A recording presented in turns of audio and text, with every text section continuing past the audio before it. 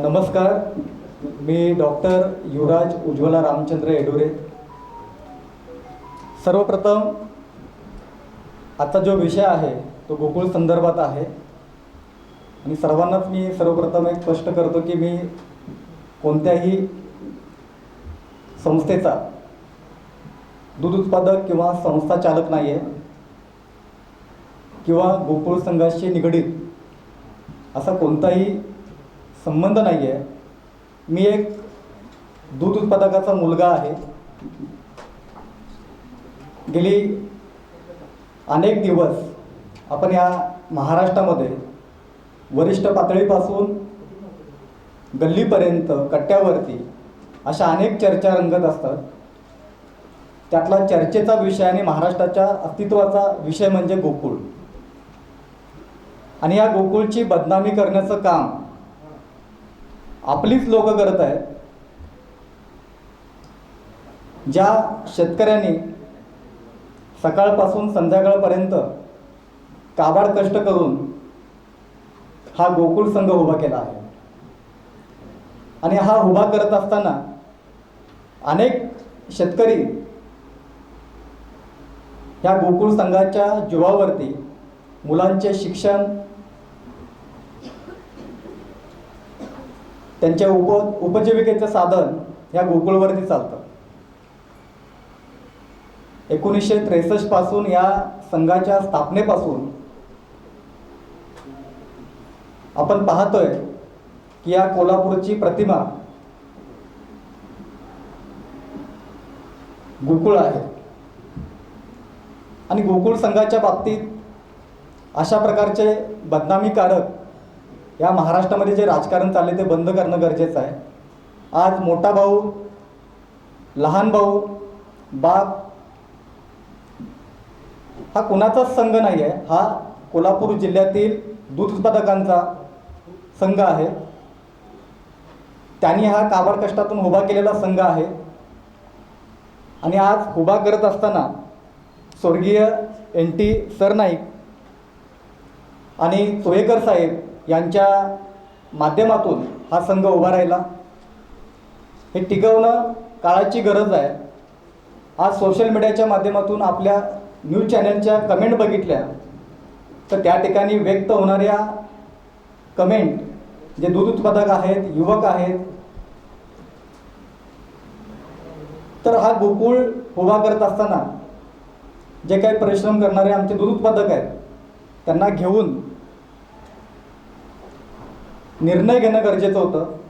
पण आज ठरावाच्या नावाखाली माझे एवढे ठराव आहेत, इतरांचे एवढे ठराव आहेत, ह्याचे जर आकडे बघितले तर खरंच आपण ते खरे आकडे आहेत का? आणि प्रशासकीय लेवलला आपण जे काही ठराव त्या ठिकाणी सादर केलेले आहेत ते कितपत खरे आहेत हे चेक करणं सुद्धा गरजेचं आहे. कारण आज ज्या डेअरीमध्ये, ज्या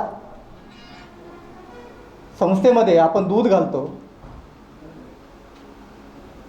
तो दूध उत्पादक आणि संस्था चालकांनी, संस्थापक असतील किंवा जे काही सदस्य असतील, संस्थेमधले सदस्य असतील, ते नेमके सदस्य ठराव देत असताना कुणीतरी नेता येणार, 4 पैसे देणार आणि तो ठराव विकत घेणार. तो विकत घेणारा पदाधिकारी किंवा व्यक्ती हा 3 वर्ष ह्या गोकुळ संघाचा किंवा गोकुळच्या अंडरखाली असणाऱ्या संस्थेचा दूध उत्पादक आहे का, संचालक आहे का, ह्याची चौकशीसुद्धा करणं गरजेचं आहे. असं न करता, आणि हे नेमात बसत नाही, मुळात नेमात बसत नाही हा विषय, तरी पण असे ठराव, बोगस ठराव या गोकुळच्या माध्यमातून घेतले जात आहेत. याच्यावरती प्रशासकीय आणि प्रशासन काय नेमकं करणार आहे हा महत्त्वाचा मुद्दा आहे. आणि या सगळ्या गोष्टीवरती ज्या गोष्टी बोलायच्या आहेत, बरेच मुद्दे आहेत, तर येत्या बुधवारी 8 तारखेला गोकुळ शिरगाव येथे गोकुळ संघाच्या समोर मी स्वतः आत्मकलश आंदोलन 1 दिवसीय करणार आहे. आणि त्या ठिकाणी कोल्हापूर जिल्ह्यातले अनेक मुद्दे आहेत ते सविस्तर तुमच्यासमोर मांडणार आहे. आणि त्याच्यासाठी तुम्हा सर्वांना विनंती करतो की त्या ठिकाणी तुम्ही येऊन सहकार्य करावं आणि कोल्हापूर जिल्ह्यातल्या सर्व दूध उत्पादक ग्राहक यांनाही मी विनंती करतो की या आंदोलनाला त्यांनी मोठ्या प्रमाणात यावं, कारण हा आपल्या हक्काचा संघ आहे.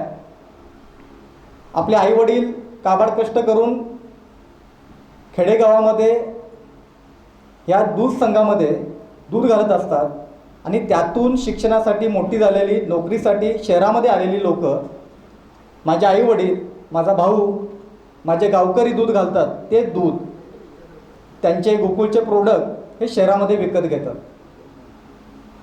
आणि खरं तर अशा दूध संघाचा विस्तार आंतरराष्ट्रीय नॅशनल लेवलला व्हायला पाहिजे. आणि आपल्या घरामध्ये भांडणं होतच असतात, भांड्याला भांडं लागत असतं, पण ती घरातल्या घरात भांडणं सोडवायची असतात.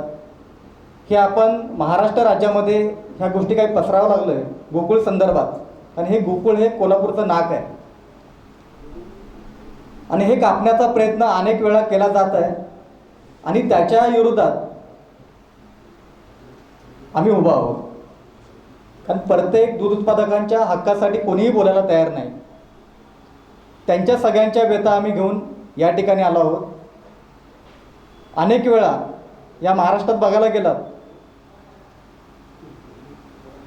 तर गोकुळ हा कोल्हापूरचा विषय आहे, कोल्हापूरच्या दूध उत्पादकांचा विषय आहे, पण महाराष्ट्रातले नेते त्याच्यावरती का बोलत आहेत? त्यांना इतर दूध संस्था या ठिकाणी उभा करायच्या आहेत का? अमूलसारखे ब्रँड या ठिकाणी आणायचे आहेत का? म्हणजे हा प्रश्नचिन्ह आहे. आज अनेक या ठिकाणी संस्था स्थापन झाल्या, दूध घेण्याचा प्रयत्न केला, पण गोकुळनं प्रामाणिकपणे दूध उत्पादकांना न्याय दिलेला आहे आणि तो टिकला पाहिजे, त्याचं नाव उज्ज्वल झालं पाहिजे, हे शेतकऱ्यांचं मत आहे. त्याच्यामुळे मी सर्वांना, विरोधक असतील, प्रस्थापित असतील, आता सध्या प्रशासन आहे, पण या सर्वांना विनंती आहे, गोकुळ हा आपला आहे आणि आपल्या घरात तो सोडवायला पाहिजे. कोणत्याही वरिष्ठ नेत्याला आपल्या कोल्हापूरमध्ये थारा न देता गोकुळ उज्ज्वल भविष्य देणारा आहे आणि त्याच्यासाठी प्रयत्न करावा अशी त्यांना मी एक विनंती करतो. आणि मला ज्या गोष्टी, अजून बऱ्याच गोष्टी बोलायच्या आहेत त्या मी या ठिकाणी बोलत नाही, ते मी त्या दिवशी बुधवारी 8 तारखेला 10 वाजता आत्मकलश आंदोलनाच्या वेळी ते मी व्यक्त करेन आणि सर्वांना त्या संदर्भात माहिती कळवेन.